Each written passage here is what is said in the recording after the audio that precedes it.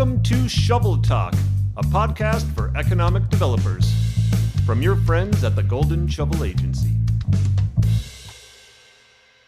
Hello, everyone. Welcome to another episode of ShovelTalk.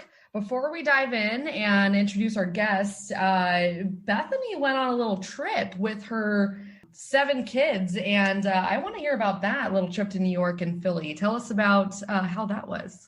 Well, we had spring break and we decided to do a staycation. For those who don't know, our family is living in Maryland and we wanted to explore the East Coast a little bit. And right now, because of, COVID, things are starting to open up, but there's not a lot of tourism. So it's actually a really good time to explore.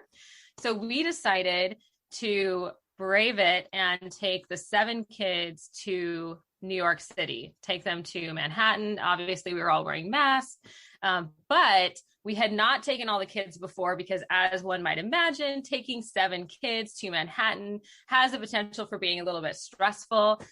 For those who don't know, our youngest is 3, our oldest is 16, so they definitely run the gamut. But we had an awesome time. My husband drove a 15-passenger van with all of us because we didn't want to take the subway because of COVID. We didn't want to be in those confined spaces.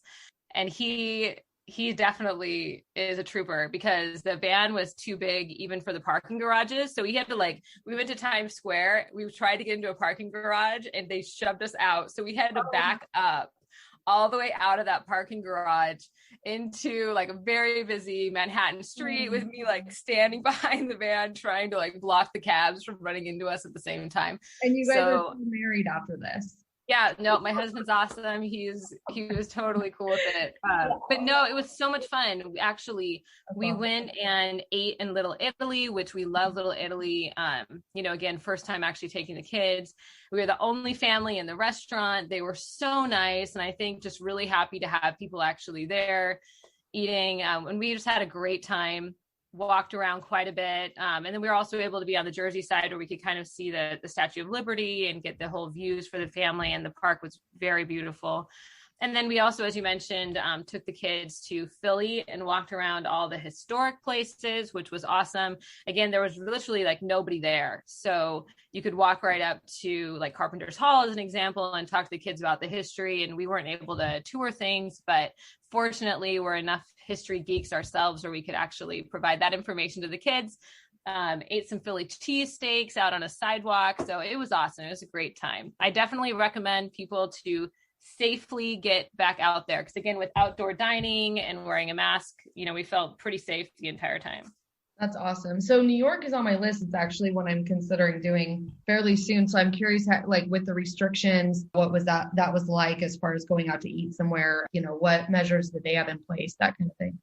Yeah. So it was really interesting because in New York, it was fantastic. Restaurants have gotten really creative and they've taken over the street in front of the restaurant. So I guess what I would imagine to be 2 lanes of cars or maybe a lane in parking normally was 1 lane. Plus, if you can imagine kind of these little, I wouldn't call them shacks, but they're these temporary structures that restaurants have built in front of their place of business. And it's awesome because they're very unique and very different. You'll walk by some where they've created these individual dining pods, so to speak, with comfortable benches and tables and even flowers that are inside. So it's like you're dining in your own individual outdoor alcove for a lot of these restaurants. So you're not exposed to anybody. You're in a really cool, intimate space where you could eat with friends and family.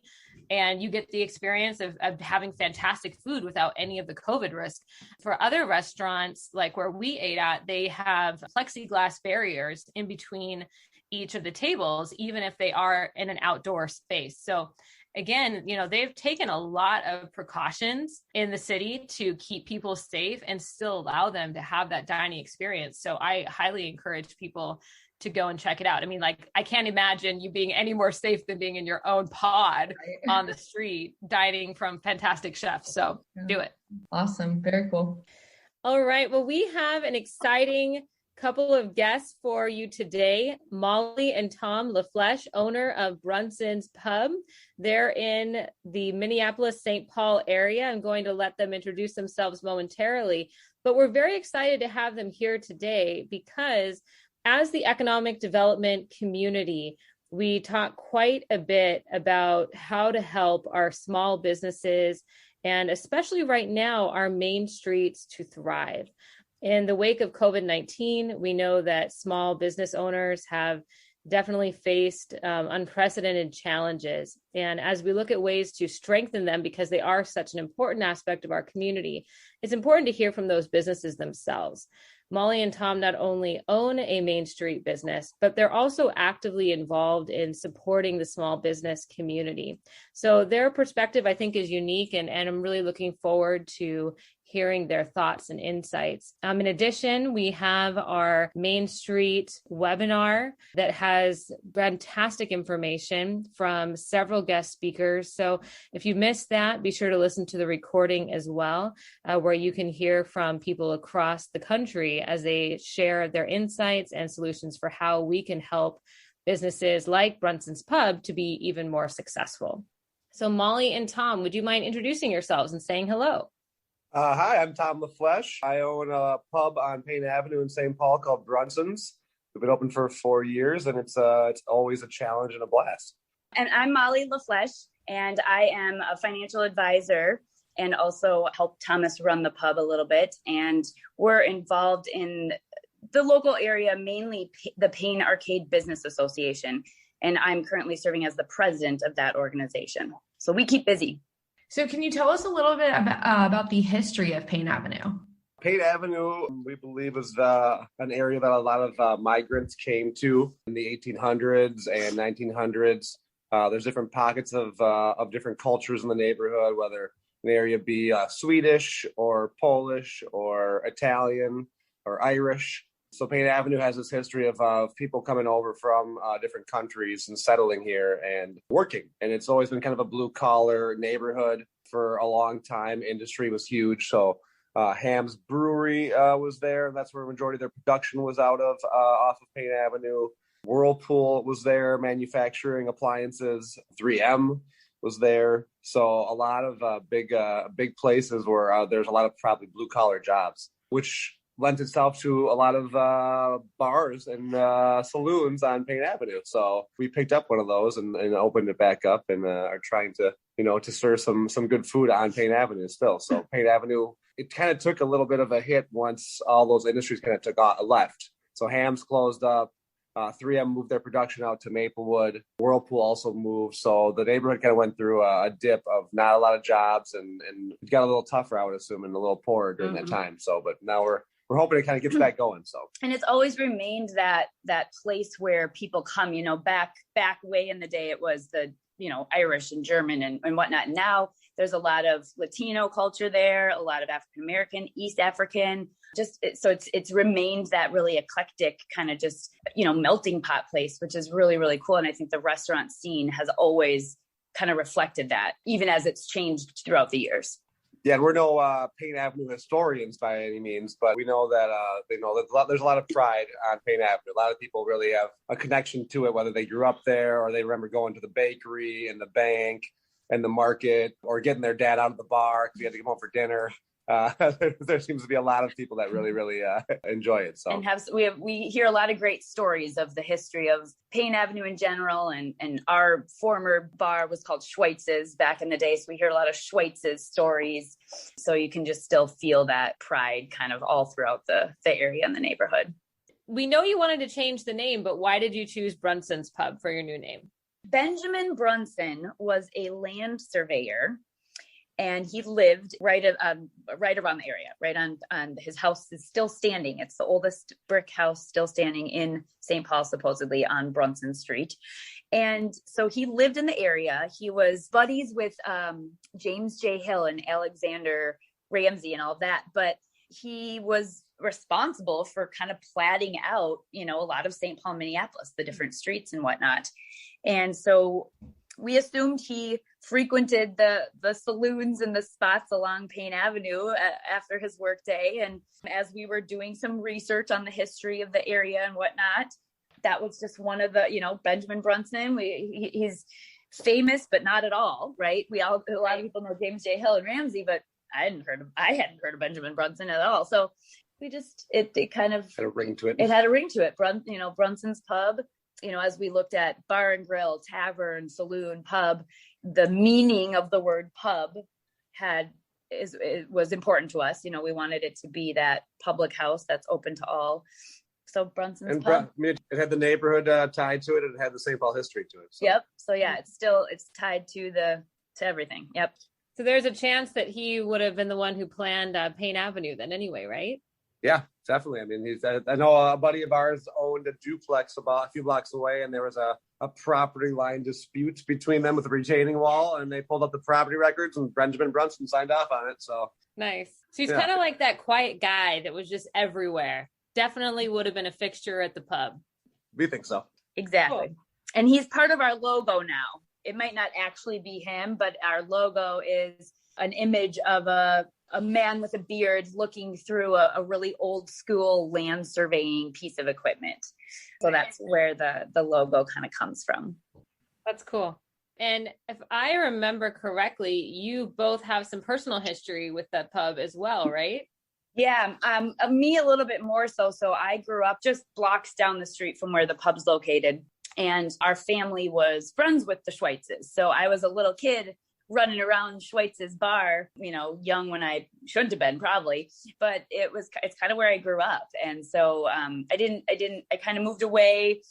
So I never went to school there, but all of my cousins did, and my parents and all of my family. So I have a lot of family ties to that neighborhood. And it was very, nostalgic or whatnot. When we were looking for a bar, we were looking all over St. Paul. And then this one kind of came up, and we just felt like it was somehow meant to be that this was the place that we were going to open our bar. Well, yeah, I mean, even for her family, I mean, her uncle tended bar at the bar that we own now back in the 70s and 80s. And so did my stepmom. And your stepmom and your dad would. My dad. Her dad would pull shifts when it got real busy once in a while too. So there's, they really were there all the time. And, I think, we own a pub, and it was a saloon before, but I think regardless, it's a place of community and people getting together and whatnot. And that's what it was for her family. And that's what we're trying to make it for a lot of other people's families now too. So. And that's part of why we have the name Brunson's Pub. The word pub being in it has some meaning to it. I don't know if you're familiar with the history of a public house or not, but that's where it comes from. Public houses are open to all to serve everybody. So that's kind of what we wanted our place to be as well.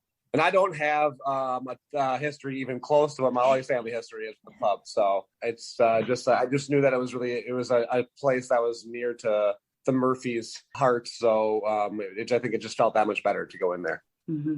So the pub actually, if I remember correctly, dates back to Prohibition time. Is there anything you can share about that? I found that very interesting. For what I understand, one of the Schweitzes worked for Theo Ham, who owned Ham's Brewery. And then Hams and the different breweries would stake the bars, and they'd build the bars for them, and then you had to pour their beer on tap. And I'm assuming that was probably the only beer you poured on tap back in like the 1900s and whatnot. So from what the story that we've heard, the oral history that we've heard from some of the Schweitz family, and they do like to drink beer, is that the bar they had Schweitz's opened up on Arcade Street in the early 1900s and was around until Prohibition happened. And this is what a story I've heard, actually. So they had a soda fountain. They turned the bar into a soda fountain. And then the family also owned a bait shop across the street because Lake Phelan is not too far from where that would have been. And they stored the booze in false bottoms underneath the fish tanks. And then they would bring it over to the soda fountain place. And then they had a fake back on a fish tank over there. And they'd pour the booze from back there to serve their customers and whatnot. And so they had a speakeasy going on Arcade Street that was Schweitz's that turned into a soda fountain. And, I'm not sure if this is true or not, but when we first opened up Brunson's Pub, I had a lady come in and she kind of cornered me and she's like, "Do you own this place?" And I said, "Yeah." And she had to have been in her 70s. And she said, "Well, my grandpa tended bar for the Schweitz's back in the day." And I said, "Really?" She said, "Yeah." I go, "Well, was it before Prohibition or after Prohibition?" She said, "Well, before and during." And I go, "Really? How do you know that for sure?" And she said, well, he did 6 months in the clink for serving alcohol, and they got caught. They got in trouble. They got caught. So that was the origination of it. And then I believe what ended up happening is that they opened up Schweitz's Saloon on Payne after Prohibition was over, when it was legal to have a bar and restaurant again. So, mid 1933, 34 was when Schweitz's first had opened back up on Payne Avenue. And it was the namesake was Schweitz's until 2017 when we took it over. It had gone through like 4 different owners in the 90s and 2000s. So that was the reason we wanted to change the name. As we just said, it had been through too many different hands and had too many different identities, and we wanted a new identity with paying homage to them. Though, we have a Schweitz burger on the menu. We've got some old Schweitz paraphernalia and stuff on the walls. So, it wasn't like we wanted to get rid of the identity. We just needed a fresh identity with it. So I know it's been a couple years. What do you like best about owning a Main Street business? The best that we own? I don't know. Or maybe your top 5 best. I mean, I think that, with Molly being the president of PABA and then us owning a bar and restaurant that is pretty easy. It's welcoming and it's not pretentious. We do some good prices on deals and whatnot for food and drinks. So people want to come in there. So I think, like we talked about, the camaraderie and meeting different people and being able to, to impact people in a positive way, whether it be just because they're having a good time or we're helping them. They're out, like, the restaurant down the street, he's out of a cleaning product or he's out of a food product and we're borrowing that to him or they're borrowing it to us. And the camaraderie has been really awesome. I mean, we wouldn't be doing this if it wasn't for Brunsons and meeting Darren, obviously. Right. So, I mean, there's just like all the relationships and the connections, I think, are the most enjoyable for us, and serving food and drinks, just a way to get to meet people. And it's, just one of those things everyone has to do. It's been awesome to get to know people and to work with people and to learn about people. And yeah, and I think being on the Main Street, you're just so in the community, and we're, I think, a little bit maybe lucky in that the East Side has just that pride that we were kind of alluding to before. There's just so much camaraderie in the neighborhood and so much support for businesses, and that long time blue collar work ethic is just still there. And so people, respect a business that's out there working hard to be there for the community. And they show that respect by going there and sharing the love and spreading the word. And so, just the location and being on Main Street, but then us also putting ourselves into the community and being more involved. It's good for business, but it's just good for like your soul too. It's part of why we wanted to open a bar, is to be like hospitable to people, and to make that community and make that gathering space. And so it's really special to do it on their Main Street type location because of just that close knit feeling that comes with it.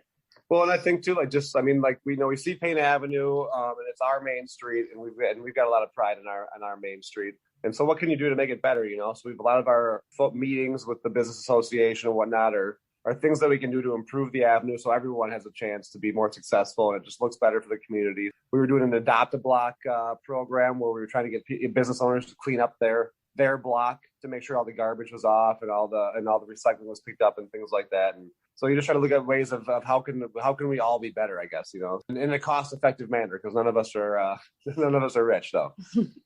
So we heard that you do a lot to support local youth organizations. Tell us more about that. It's probably one of the big things that started this for us was being next door to Cookie Cart, which is a local organization that was started in Minneapolis, and then they opened their another location right next to us. And that organization helps high school kids get job skills and learn how to make cookies. And so we, right out the gates, we started using their cookies in our recipes and our food. We did a fundraiser for them. One of our first years, we did a golf tournament fundraiser, and they were the recipient of those proceeds. We just did another fundraiser at our place, and they were the recipient of those proceeds. So that's kind of where I think it started and was maybe like the catalyst for us being pretty involved in the youth stuff. So we love Cookie Cart. We still partner with them to the day. And then it's kind of expanded from there. And more about what we more, sponsor and what schools we're really more affiliated with. But Cookie Cart is a really cool youth organization right next door to us that we're very happy to kind of partner with in any way that we can. Yeah, I think it kind of lends like to what you were talking about earlier with being on a Main Street business. So we've had the chance to meet different people, and they also look for help, whether it be gift cards for their silent auctions and things like that. And so when we first were opening up and we wanted to make a positive impact in the community and get to know our neighbors, people would come through and ask for donations for their fundraising and whatnot. I kind of looked at it like this: the closer that they were to where we were, the more likely we were to say yes, no matter what. Right. So it's like when I was getting letters and say it was a school in Eden Prairie that is 15, 20 miles away from where we are, I was less apt to say, yeah, we'll give you a gift card or whatever. But anyone close by, it was, the more we could do, the better, So Cookie Card is one that she talked about. We're Catalyst is a high school music organization that's going to be opening up Kitty Corner from us. So we've done a fundraiser with them. They're trying to get kids off of the street to play music and give them a safe space to be in. And they provide them an area to do shows and to sell their own merchandise and all these kind of cool things. So just also look, the neighborhood is tough. The neighborhood has its share of challenges. And we thought that the more that we can impact the youth, the better the neighborhood will be in the long term. So it's more of like a long-term investment as to hopefully how this would be better. So all the grade schools and high schools around, it's like we're always active in their fundraisers, whether it be just giving them gift cards or doing other cool different donations for them. We provide our venue for them too, to do, well, back when you could gather, we would use our upstairs space for them to put on their, banquets and thank yous and family, eat the pasta before the track meets and all those types of things. Yeah, I mean, it's been kind of cool because we've gotten, they also are guests of Brunsons and enjoy it, so that they want to be there too. But the East Side Wrestling Association, this guy Matt and his buddy Aaron, they train all these kids that are ages from like 4 to 14 in wrestling, and they've got a women's program too, or a girls program. So they've got little 5-year-old girls wrestling and whatnot, and so we sponsor them, and then we do their end of the year banquet and whatnot, and give them a really good price on the food to make sure everyone can eat affordably. There's a Johnson area hockey association that we always sponsor teams on and whatnot.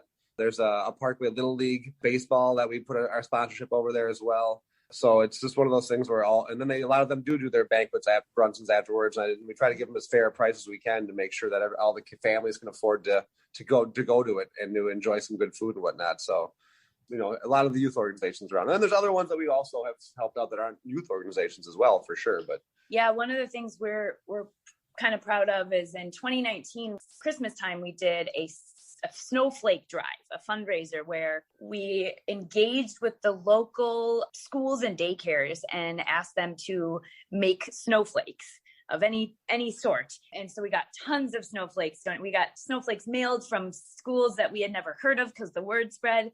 So all of a sudden we had all these snowflakes, and then we sold the snowflakes, or, you could sponsor a snowflake for, I forget if it was $1 or $5 or whatever. Whatever you donate, whatever you want to give. Maybe it was whatever it was. And all of that money in 2019, we raised all this money for a family that we know that was being affected by a cancer diagnosis.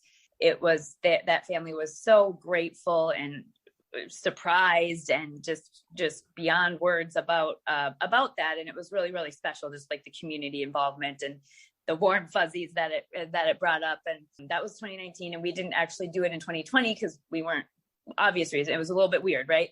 But we very much want to bring that back. So for this year, we will be doing that again. And we anticipate that being an annual thing in memory, actually, of the first person that we did it for, who unfortunately passed away. I'm not sure if you guys, like, where you live or if you've seen this before, but a lot of bars would do like a shamrock. They'd tape on the back bar, and you put your name on there, and it was $1 or $5, and the money went to an organization.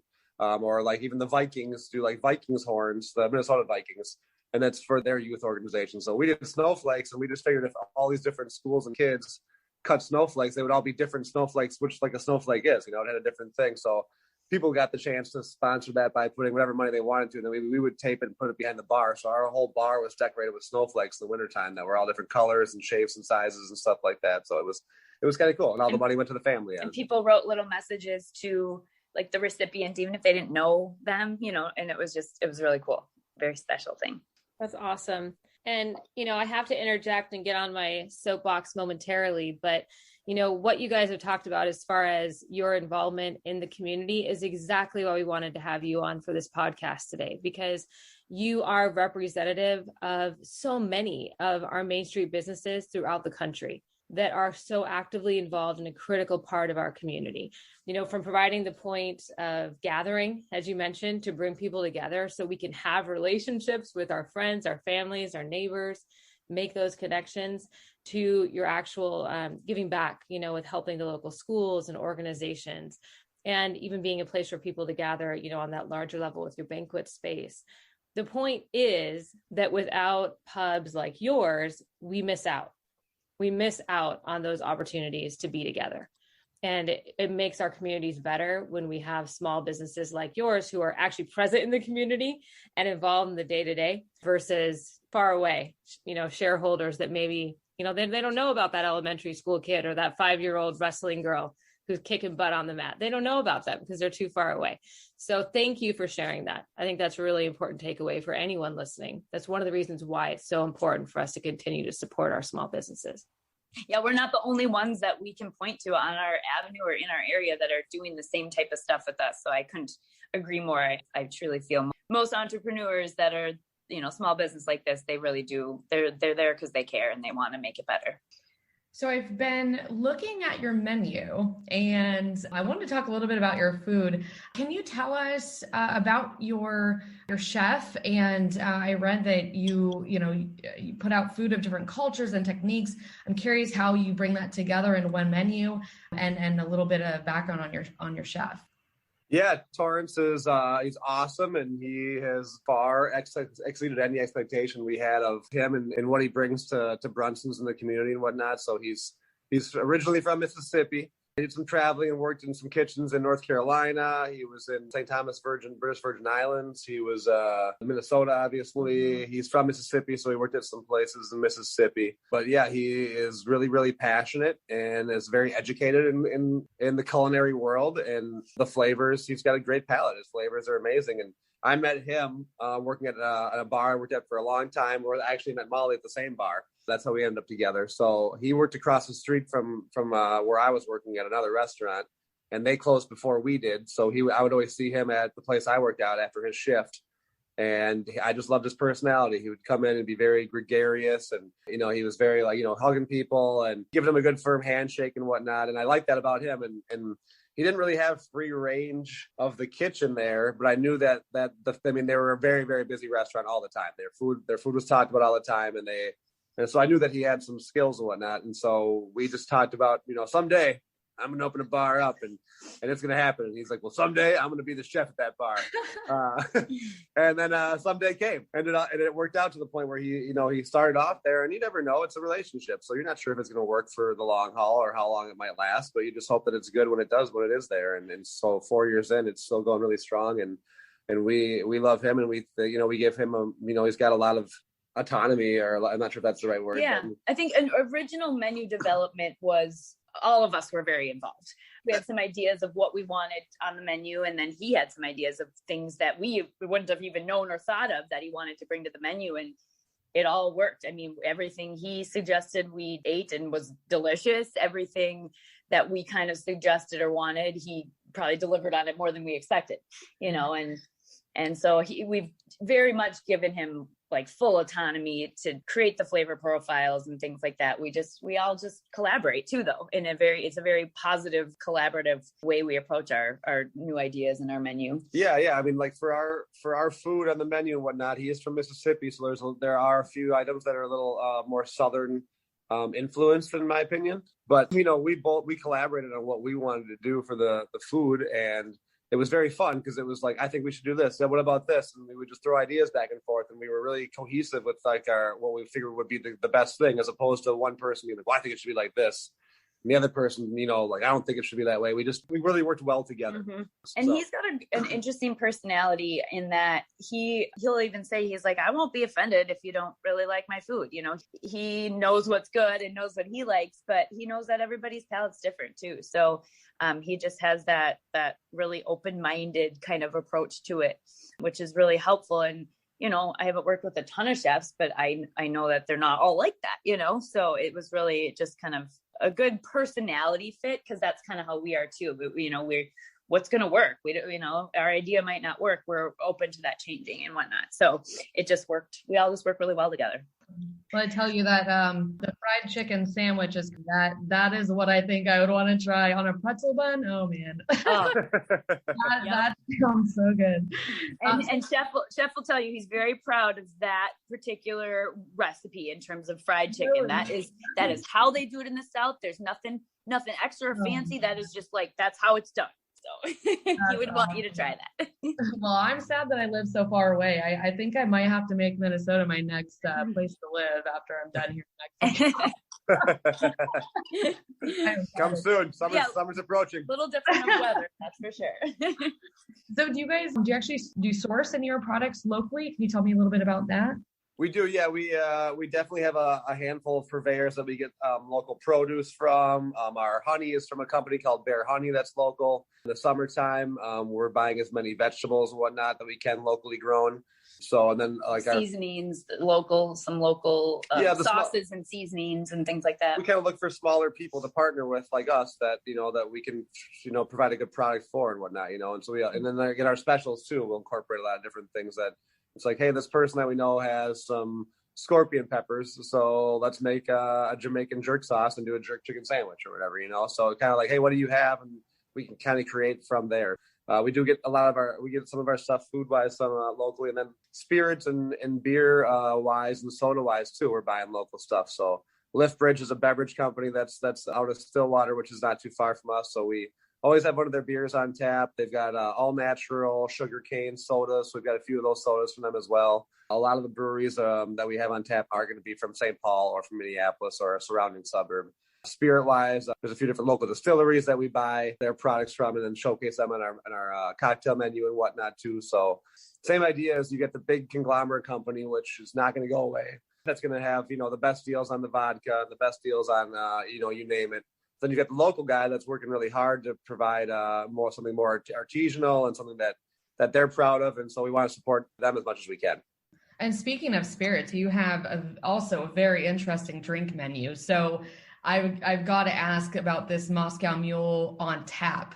I have never seen Moscow Mule on tap. Moscow Mule is my favorite drink. So can you tell me a little bit about that? How it's on tap?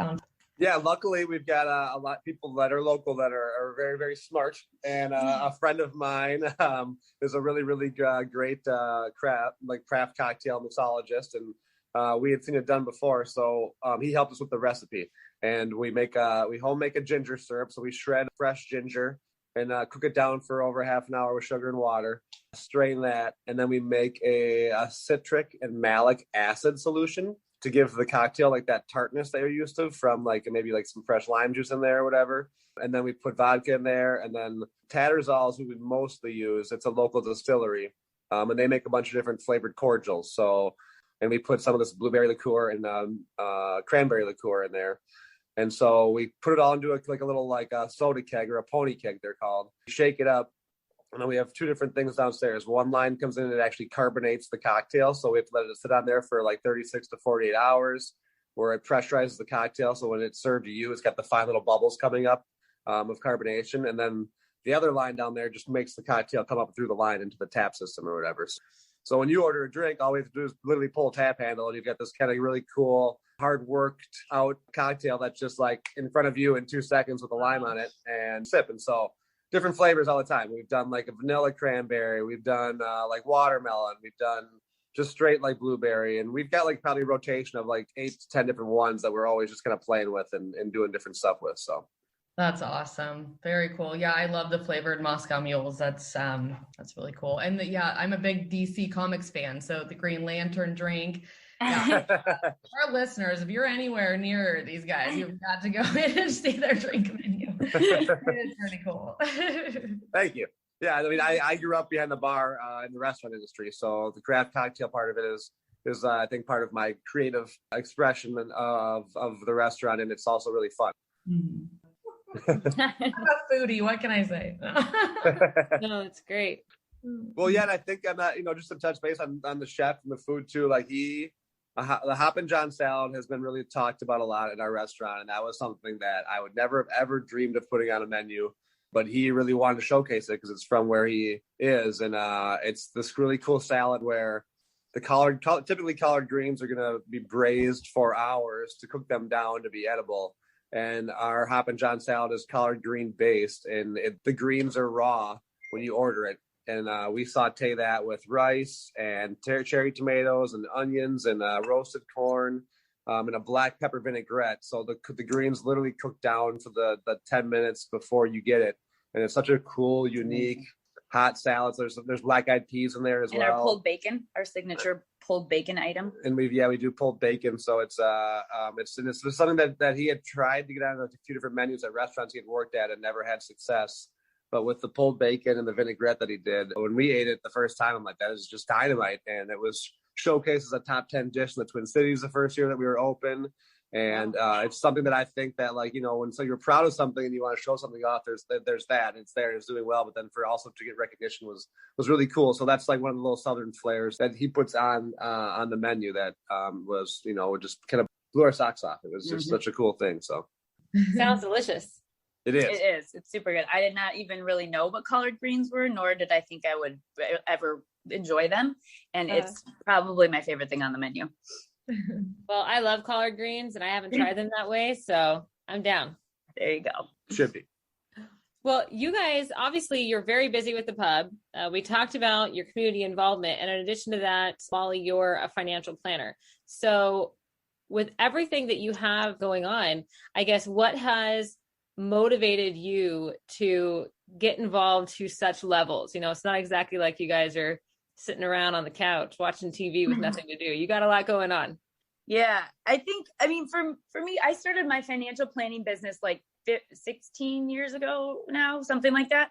And pretty much right away, I joined the St. Paul Chamber of Commerce, which is a big chamber. But I just felt at the time, and still do, that if you're going to be a business person, you should be involved in the business community of your community. So to me, it just made sense.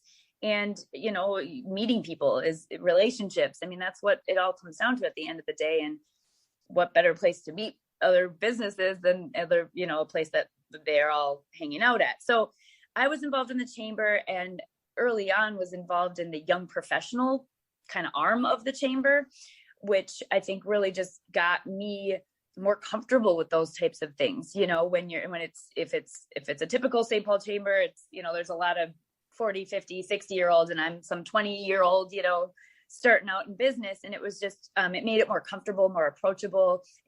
It made me meet a lot of people and build a lot of relationships with people that were kind of just like-minded to me. And I think that's just always kind of remained and grown. I'm no longer as involved in the chamber, and I think I'm too old for the young professionals anymore, but that's really morphed. And now I'm leading the Pain Arcade Business Association, and, sitting on the young professionals board at the chamber kind of got me, ready to kind of hold that type of a position as well. So I think that's kind of where it started from. And then when we opened Brunson's, it was kind of a no-brainer that we would be part of the Pain Arcade Business Association, partially because they helped us, they welcomed us and helped us make connections. And, you got to know this person to help you with your signage, or, it just right away, we were kind of welcomed and greeted, and it met our kind of philosophy as well. So it was kind of just, I don't know if there's anything that motivated us to do it. It just seems like the right thing to do for us. And it kind of like there would be no other way to be a business owner in a community and not be involved. It just didn't seem to make sense to not be involved. And really, if you want to help make change, you have to be involved. And we know that too. And it does take work, and we can't make change by sitting on our couch. So, and we're also just kind of doers and go people, I think, a little bit too. So it just fits. No, that's really good. That's exactly what it is. We want to be, we're doing it to not just be a business. We want to be a part of everything going on. Mm-hmm. And I think we have some motivation to help, everybody do better, but specifically in our little pocket, as we alluded to it, it was kind of the place to be and live and really bustling. And then when those businesses closed, it kind of went downhill, and it's trying to recover. And if we can be a small help in that, we want to be. And if we just operated our business in our own little vacuum, we wouldn't feel like we're impacting really much of anything. Definitely. Yeah, the work you're doing is so important. And I'm impressed. And I think what you're doing is amazing. So my question for you then is, what can economic developers, city and county and state leaders do to support the work you're doing and support Main Street businesses like the ones on Payne Avenue? Oh, I think one thing that comes to mind specifically in St. Paul is, and maybe Minnesota in general, but I think St. Paul specifically is just kind of the lack of ease of doing business with licensing and I don't know, rules you have to follow and things, checklists you have to check off that, there's a lot. It's known to be not super business friendly. And some breweries, for example, are expanding into Wisconsin because it's a little bit more business friendly. So just frankly, changing some of the laws that seem to be a little bit outdated and things like that would help. And it's streamlining, licensing and how you actually get a business open. All of that kind of stuff should be improved in a pretty significant way. That's the main thing that comes to my mind. I don't know, being involved, going and supporting the businesses, actually, spending your money in those places always helps too. I think that it seems that like locally, like the city council members in St. Paul and some county commissioners have been pretty supportive of Brunson's, like for our own personal experience, have been pretty supportive of like, hey, what's going on? How can we help? What do you need? Things like that. So it's been pretty good, but at the end of the day, it just requires a lot of, like for a new business person starting up, especially if they're an immigrant or they're maybe a non-English as their first language and whatnot. It just requires a lot of hand holding and get them to go. And I think they're trying to figure out ways to do that hand holding without having to have someone be there to hold the hand. And it's tough, you're trying to help someone get through this process of permits and inspections and all that stuff. So I feel that like in St. Paul, there's a lot of people that really care about the community and that they want to help. And it's really good. I'm not sure. I know it's hard to be critical of people that are working hard, but maybe just aren't always getting everything done they want to because it's just not enough hours in the day, So, but I think that the people, they are finding new programs to do, and there are different people helping and assisting the businesses in St. Paul. And it takes two, right? If the business owner really, really wants to get it done, you just have to have that. It's almost like a rite of passage, right? Like to get your business open, you have to work so effing hard to get it going. And then you have to work hard once it gets going. But that's like, it's like, I'm not a person that's good at filling out paperwork and that's good at that type of stuff. I'm more of I like things in front of me. I'm more like, let's build this together, right? Food in front of me, let's put this together. Let's do this right now, as opposed to me having to find my, my employee number and my resale. And it's also abstract too, we're getting detailed, but as you're going through this, like, you don't know what has to happen first, second, third, and you got to get this form signed by this person, but it relies on that form that needed to be, it's like the chicken or the egg thing. And it literally is like you're running around in circles. And that's where I was kind of alluding to, like the system is somewhere broken, but the people do care and are there. And, at least on the very local level, we do feel the love from our city council and all that, but there's still that, like, you can care, but like the rules are the rules, or the process is the process. And it's some of those rules and processes that are very, very hard to navigate, even for people that do speak English or do, so. And we've seen like city leaders come through and they'll do like a little restaurant crawl. They're going to 4 different restaurants out in the night. And so it's good. I mean, the intentions are there for sure. And we've seen it. And I'm not sure if every other business feels that same way that we do, but we've seen it, and we feel pretty fortunate to have been supported the way we've been supported overall. So.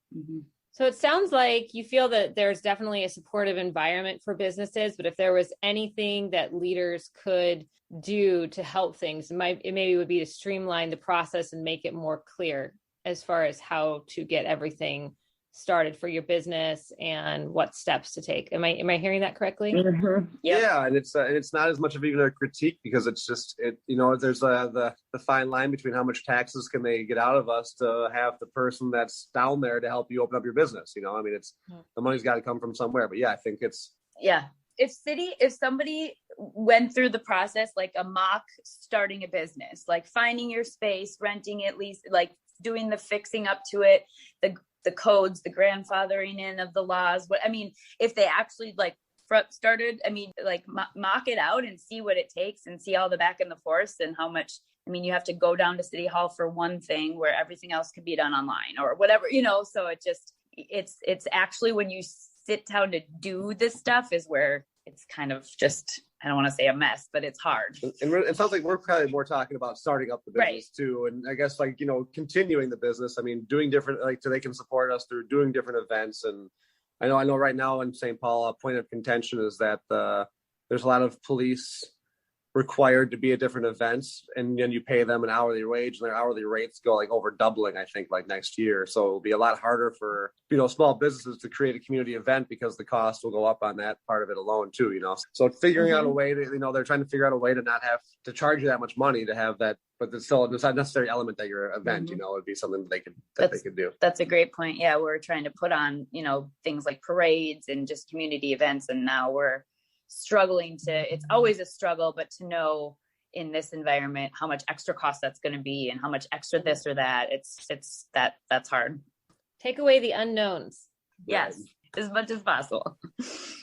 Okay, so we are going to go into our lightning questions game. So I have 10 questions for you guys.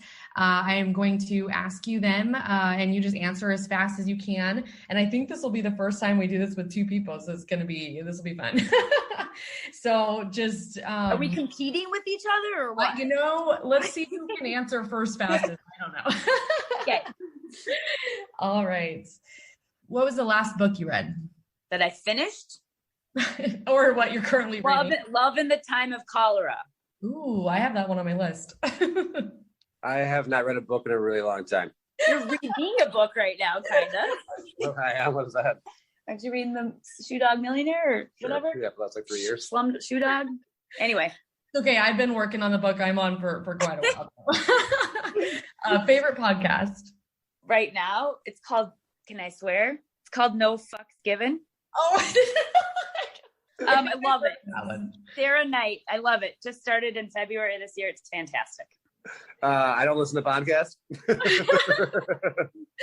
I'm sorry. No, you're fine. First thing you do in the morning? Work out, basically. Yeah, work out for sure. What did you want to be when you grew up? A baseball player. A marine biologist. Favorite superhero and why? Batman was my favorite superhero growing up for sure. I'm assuming I just loved all the toys that he had. I mean, the guy could he'd always catch himself falling from a 100-story building. He could catch himself with his fancy toys. I mean, his cars were cool. I didn't really do it growing up, but right now I'd have to go with Mrs. Incredible, the Incredible Wife. Good one. I thought for sure it was going to be Green Lantern. What superpower would you want? Why? Well, good question. It's tough. I would say I want to read people's minds, but I don't really know if I want to read people's minds if I have the power to do it. Fly. I think fly, or to be able to go underwater for forever or whatever, it'd be as well. Be a fish. Right. If you could live anywhere in the world for a year, where would you live? Costa Rica. I would probably say Spain. On the Mediterranean coast. We love Barcelona, but I also had my 21st birthday in Alicante, Spain, which is a smaller city. So I think just on the Mediterranean coast in Spain would be anywhere. Wouldn't really matter. I don't think I'd probably enjoy it. If you could have a meal with anyone in history, who would it be and why? Jimi Hendrix, because he's always just seemed so, I don't know why. That dude's just I'm not sure if it would go well or not. It could go really bad, but it would still be entertaining in my opinion. Depending on how if he was, influenced in any ways. Mm-hmm. Oh, I don't know about this one. I feel like maybe Albert Einstein, because I have so many questions. Right. Favorite band or singer when you were a teenager? TLC. Yes. I said, don't go chasing waterfalls. Yep. I guess I never thought about my favorite one in high school, what it would be, but it would probably be the Wu-Tang Clan because of how many albums they put out and how much I listen to them. So I listen to a lot of Dr. Dre as well. Most embarrassing hairstyle or article of clothing from your childhood? You want a picture or what do you? I mean, yes, but for the podcast, just the podcast. Right. But yes, the picture for sure later. My hair is very curly in high school. The school I went to, your hair couldn't be past like over your ears or down onto your collar of your shirt. So I had like a bunch of curly hair on the top, and then it was shaved on the sides. And it's my senior picture, and I put it on Facebook a year ago, and everyone was posting their senior pictures, and it got like 600 likes for how for how unique the picture is. I can't really think. I just would always wear really big earrings, like touch your shoulder big earrings. Oh, wow. Yeah, so just lots of earrings. That's awesome. Well, you guys are great sports. Thank you. That was fun.